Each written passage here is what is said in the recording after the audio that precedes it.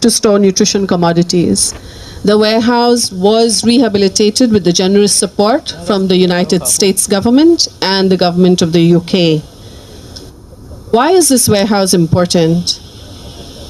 In 2025, 250,000 children under the age of 5 in Zamfara state will be wasted. They're estimated to suffer from wasting. This means that we need ready-to-use therapeutic commodities to treat these children and prevent them from dying. The signing of the Memorandum of Understanding marked a pivotal moment in the state's fight against malnutrition. Representing UNICEF at the event, the Chief of Field Office in Sokoto, Michael Juma, reaffirmed the organization's commitment to supporting Zamfara in scaling up nutrition interventions. I wish to stress that the university is always ever ready to partner with government and other partners to achieve its core mandate. And the core mandate of university is teaching, research, and community service. The high point of the event was the commissioning of the Nutrition Supplies and Commodity Warehouse. The governor, however, issued a stern warning against the misuse of food and nutrition supplies, calling on traditional rulers to collaborate with newly trained auxiliary workers to ensure proper policy implementation. For Global Television, Queen Agaba reporting. The chairman, Economic and Financial Crimes Commission, EFCC, Ola Olukoyede, says the EFCC has begun recovering funds lost by a Nigerian investor in the collapsed digital Ponzi scheme, Crypto Bridge Exchange, CBEX. Olukoyede stated that the EFCC apprehended several individuals linked to the scam, while efforts continue to trace others who are currently evading capture. He also said a portion of the misappropriated money has been retrieved, but he, however, declined to specify the amount due to the sensitive and ongoing nature of the recovery operation. A suspected suicide bomber has been killed by an explosive device in the nation's capital, Abuja. One individual was injured as a result of the blast. The man, believed to be a suicide bomber, was said to have been killed by an explosive contained in a rubber can close to the Mogadishu barracks in Abuja. Military personnel, the DSS, police and officers of the National Emergency Management Agency have begun taking inventory of the incident at the location earlier.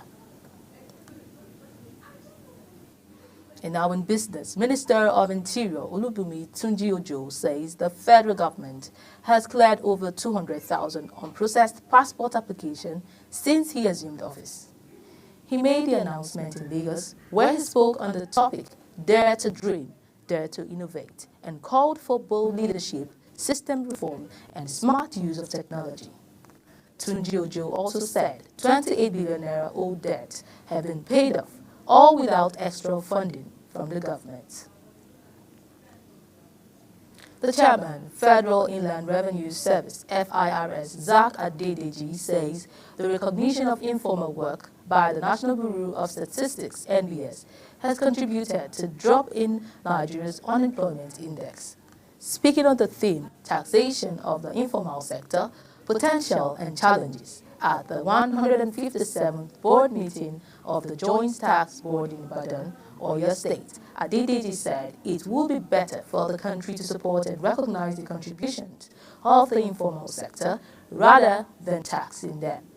He noted that the workforce in the informal sector in Nigeria accounts for about 92.6% of the employed population in the country as of the first quarter of 2023.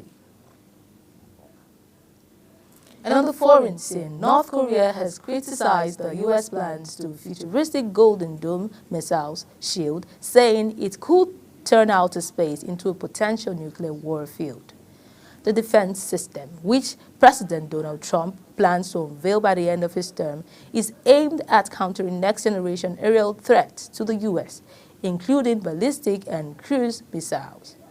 The state media reported that Pyongyang's foreign ministry slammed the plan as the height of self-righteousness and arrogance, while it accused Washington of being hell-bent to militarize outer space, and warned that the plan might spark a global nuclear and space race.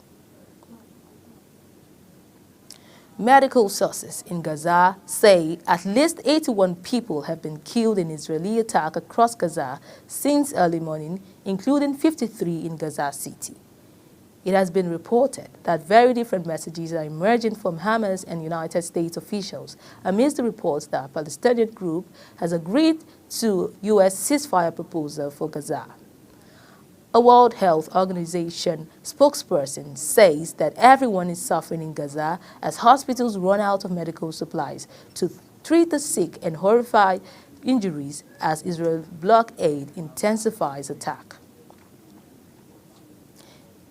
And here is Uyi Abumefebe's update on the foreign scene. European Central Bank President Christine Lagarde says the global economic order backed by the US dollar is being fractured as she made a pitch for the euro as a global reserve currency. She also said the European Union would need to strengthen its economy and defend the rule of law, stating that the retreat of the US dollar could also open the door for the euro to play a greater international role. This is fracturing. Multilateral cooperation is being replaced by zero-sum thinking and bilateral power plays. Openness is giving way to protectionism, and there is even uncertainty about the cornerstone of the system, the dominant role of the US dollar.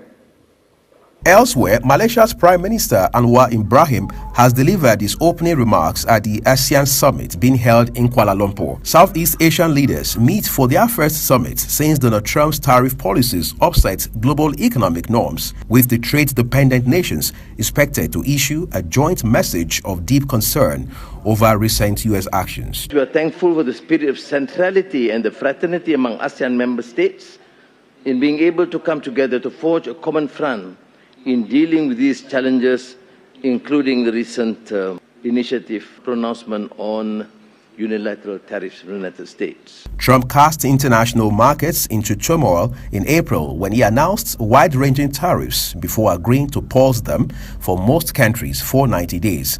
Bilateral talks between the ASEAN member states and Washington are in progress, but Malaysia says the bloc is still presenting a united front, which holds the rotating ASEAN chairmanship this year. And finally, George Floyd's family, joined by civil rights attorney Ben Crump and civil rights activist Al Sharpton, have gathered at his burial place to commemorate 5 years since his killing by a police officer in Minneapolis.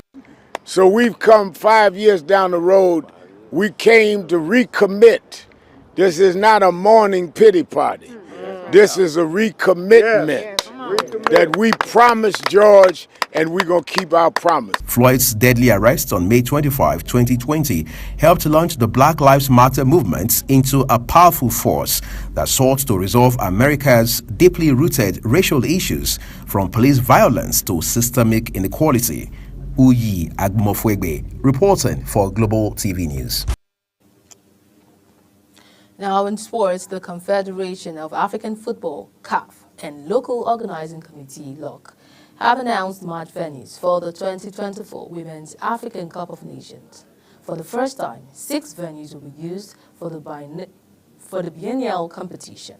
The venues are Olympic Stadium, Rabat, Larbi Zoli Stadium, Casablanca Pierre Jago Stadium, Casablanca, El Pershil Stadium, Mohammedia Honor Stadium, Oujda Berkane Stadium, Berkane, while Morocco will host the WAFCON 2024 finals from 5th July to 26 July 2025. Still in sports, Rivers United General Manager Dr. Uke Ngluklu has urged the players and officials of the club to maintain caution and the task ahead for the successful end of the 2024-2025 Nigerian Premier Football League and PFL season. The Pride of Rivers finished the season in 2nd place and will participate in the CAF Champions League next season. Mpaluku expressed gratitude to the players and crew for picking a continental ticket. Gang striker Tolu Aro Kodare has missed out on the Player of the Season award in the Belgian Pro League. Aro Kodare finished the 2024-2025 season as top scorer, but was overlooked by the majority of the voters. The forward received 24.20% of the votes from coaches and fellow players, finishing in third place. Here we end the Global TV News Express with our top stories. President Bola Tinubu has written to the House of Representatives requesting legislative approval for a new external borrowing plan amounting to over $21.5 billion, alongside a domestic bond issuance of 759.9 billion naira to settle outstanding pension liabilities. In business, we told you Minister of Interior Olubunmi Tunji Ojo says the federal government has cleared over 200,000 unprocessed passport applications since he resumed office. And on the foreign scene, medical sources in Gaza say at least 81 people have been killed in Israeli attack across Gaza since early morning, including 53 in Gaza City. In sports, the Federation of the African Football, CAF, and local organizing committee, LOC, have announced match venues for the 2024 Women's African Cup of Nations. And that is it on Global Television News Express. A quick reminder that Global TV is on DSTV channel 365 and Star Times channels 276. Kindly follow us across all social media platforms now showing on your screen using @Global TV NG. You can also download the Global TV Nigerian app for Android and iOS devices to keep track of our broadcast. I am Priscilla Obasi. Thank you for watching.